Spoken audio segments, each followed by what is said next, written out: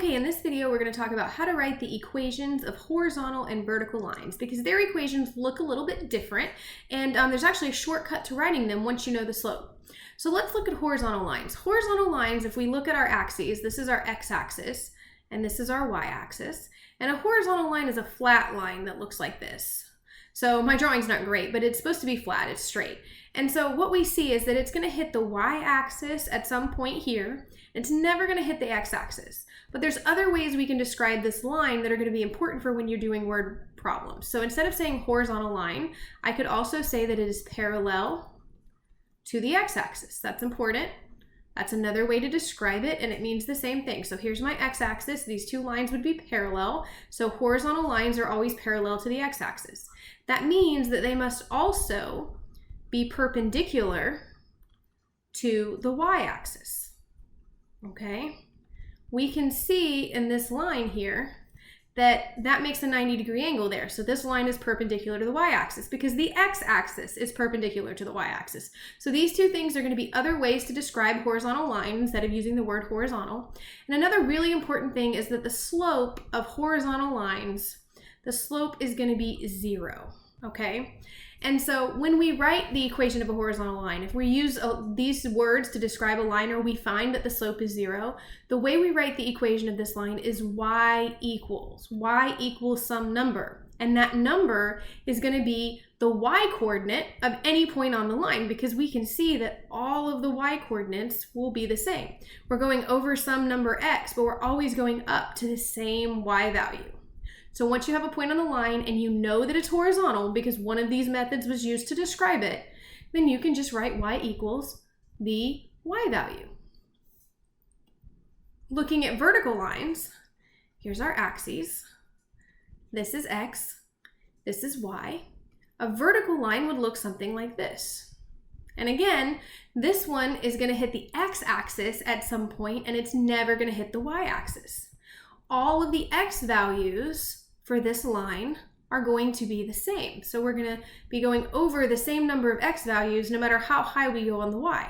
So you can probably figure out that for vertical lines, we write those equations as x equals the x value of any coordinate on the line. Now, another important way to describe these is instead of using the word vertical, I could say that they are parallel to the y-axis. And look at this. This is a little bit opposite of what we would think. Parallel to the y-axis, we actually get the equation x equals some number. Parallel to the x-axis, and we get the equation y equals some number. This one, though, vertical lines, is also perpendicular to the x-axis. Okay, we can see that the line here and the x-axis make a right angle. So, vertical lines are parallel to the y-axis, so they must be perpendicular to the x-axis. And this is important. The slope of any vertical line is going to be described as undefined. We don't have a number to give it. It's undefined, okay? All right, let's look at some examples to write the equations. Okay, in this example, we're asked to write the equation of the line that passes through the point 2, -3, and has a gradient of 0. So we know that the slope is 0. But just so you're aware, I could have reworded this question and I could have said, write the equation of the line that passes through the point 2, -3 and is parallel to the x-axis or perpendicular to the y-axis. So it's really important to know all of those terms. Sometimes it's really helpful to draw a little sketch to make sure that you get the right variable in your equation. So if this is our x-axis and this is our y-axis and we go to the point 2, -3, so we have a point here for sure, and then we know that our slope is 0, and we know that that means it's horizontal, okay? That tells us that it's a horizontal line. Another way I could have worded the question.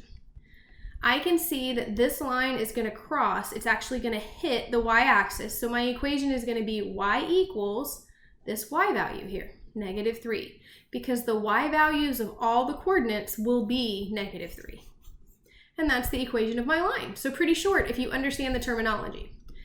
Let's look at this example. Write the equation of a line that passes through these 2 points. So now we're just given 2 points and we're not actually told what the slope is or if it's parallel or perpendicular to an axis. So we need to find the slope.